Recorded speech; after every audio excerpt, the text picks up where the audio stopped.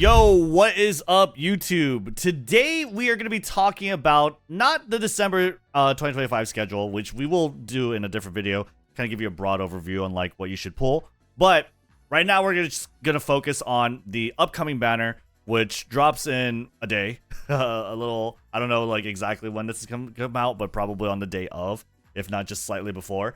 But we're going to be talking about should you pull for Kawakami Princess, Yaeno Muteki, and Seiun Sky. This one kind of crept up on me because we didn't get the release schedule until just recently, and so like this banner came up without the release schedule hinting at it. But of course, like, yeah, the dates make sense. Either way, we're gonna talk about the UMA and the cards. Like and subscribe if this is helpful to you at all, and use code MAMBO for 10% off your gamer subs. Let's go ahead and talk about it. So, Kawakami Princess. What kind of UMA is Kawakami Princess? Is she worth pulling? Is she a must pull? Is she an Oshi pick?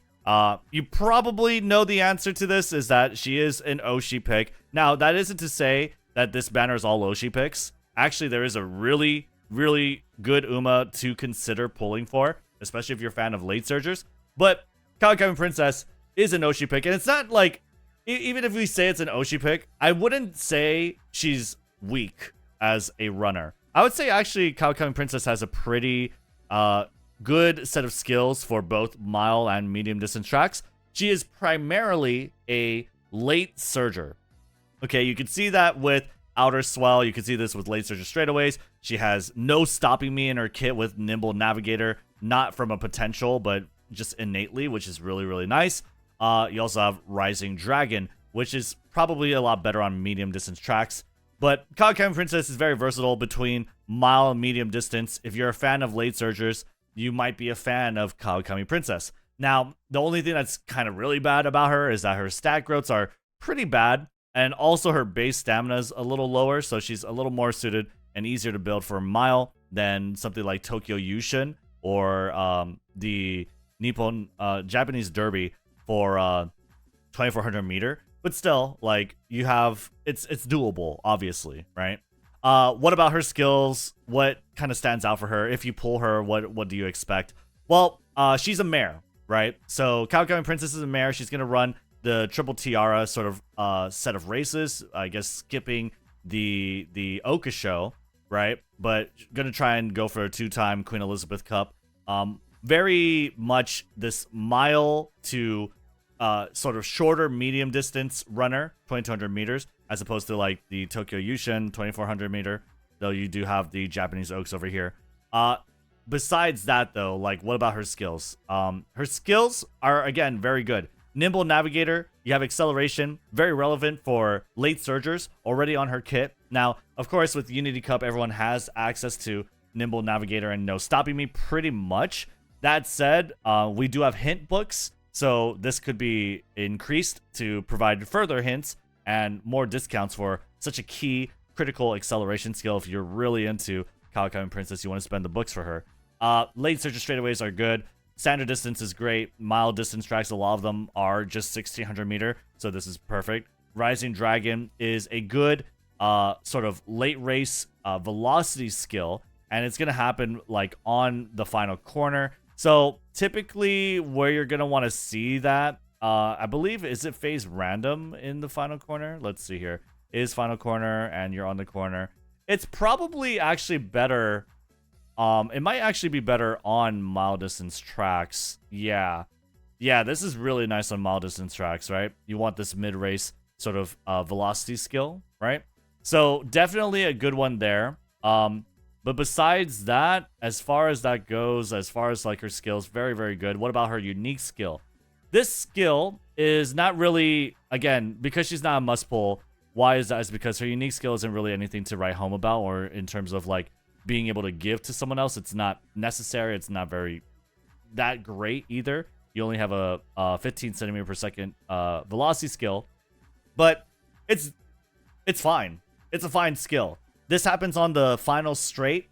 It happens when you're being sort of challenged, if you're like, you know, side by side dueling against someone, which is a little more common nowadays, right? Because of the new mechanics, the dueling mechanic. I believe it's dueling, not showdown, right? The dueling mechanic in global umamusume right now, it's a lot more common than you would think. And so just getting this little speed boost when you are engaged in a duel for the win, I think is totally fantastic. It's not amazing. It's not like a Triumphant Pulse. It's not like Simply Rudolph, but it is still a unique velocity skill that will work just fine, I think, on the final straight. But yeah, I mean, that's Kawakami Princess. Her skills are totally fine, really good. Oshi pick for sure. Not really a crazy parent that you need to have, but a very nice kit nonetheless. I will point out that Mejiro, Ryan, and Vodka are much easier to obtain alternatives to Kawakami Princess, and they're also very easy to build and kind of put into the same slot as her.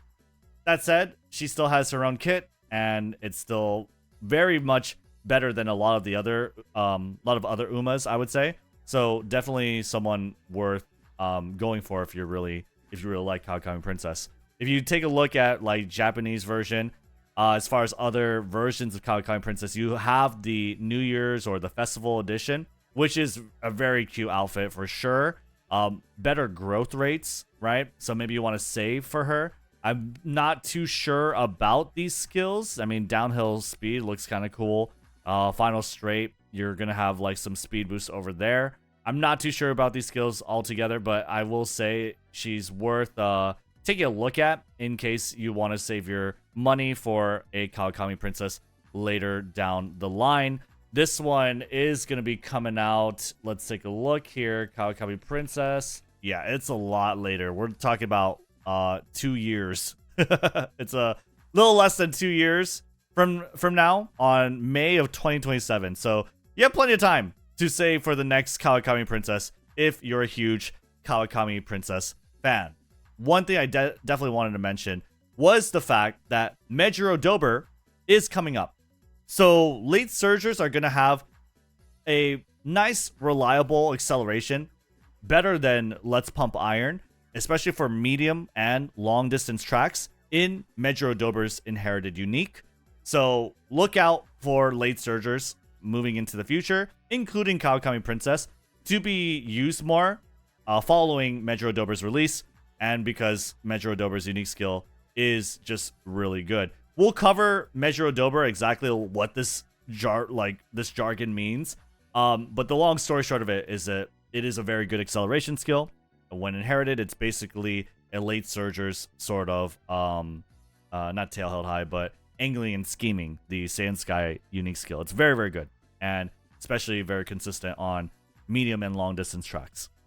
Moving on, you have the support cards, the SSR cards. You have Yaeno Muteki, which we've seen before, and Seiun Sky, the Stamina SSR. So this section should be pretty quick. Yaeno Muteki, long story short of it is that she's fine as a parent card if you have her one or like just as a card. But typically you're going to want to borrow a maximum break version because you get level 4 hints, which means you get max level hints, really, on a huge frequency. She teaches really good skills: prepare to pass, tail held high, ramp up. These are really, really good skills, top tier skills in pretty much any track.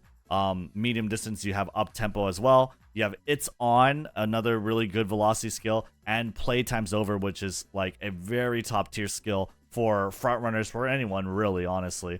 It's just a really good card for parent runs. That said, I'm not too big of a fan of parent runs these days, so definitely not worth breaking the bank for, and it's a whale card. Like, you really want this level 50, otherwise you're kind of just borrowing Yaeno Muteki 9 times out of 10, usually. Moving on, you have Seiun Sky SSR Stamina card. This is a start dash card. This card came with the launch of the game, and while she's not like a Super Creek, right, who is incredibly relevant even in Japanese umamusume today, Seiun Sky's SSR Stamina card is still a very good stamina card, especially for frontrunners. As a stat stick, even at 0 LB, fantastic. 50 specialty priority. We got 25% friendship bonus. You got the mood effect. So you got the 3 multipliers over there. Amplify. Oh, there's only 2, but it's 45% mood effect, right? And high specialty priority because she has it in her unique effect. Very, very good skill, or very, very good stat stick. Just missing training effectiveness, which is fine if you're trying to get stamina. One limit break, you get stamina bonus. Each limit break is just going to progressively make her better. And it's not like, oh, she needs to be certain limit breaks. Like 0 limit break is good. 1 limit break is better. It's better here, it's better here, it's better there, right? It's not like she's bad until level 45. She's a very, very good SSR card that scales well with limit breaks. As far as like must pull, no, right? But she does have really good skills that you might want. She's more of a card that you'll probably borrow. But if you're running a front runner, you have her at 0 limit break. I could definitely see throwing her in the deck.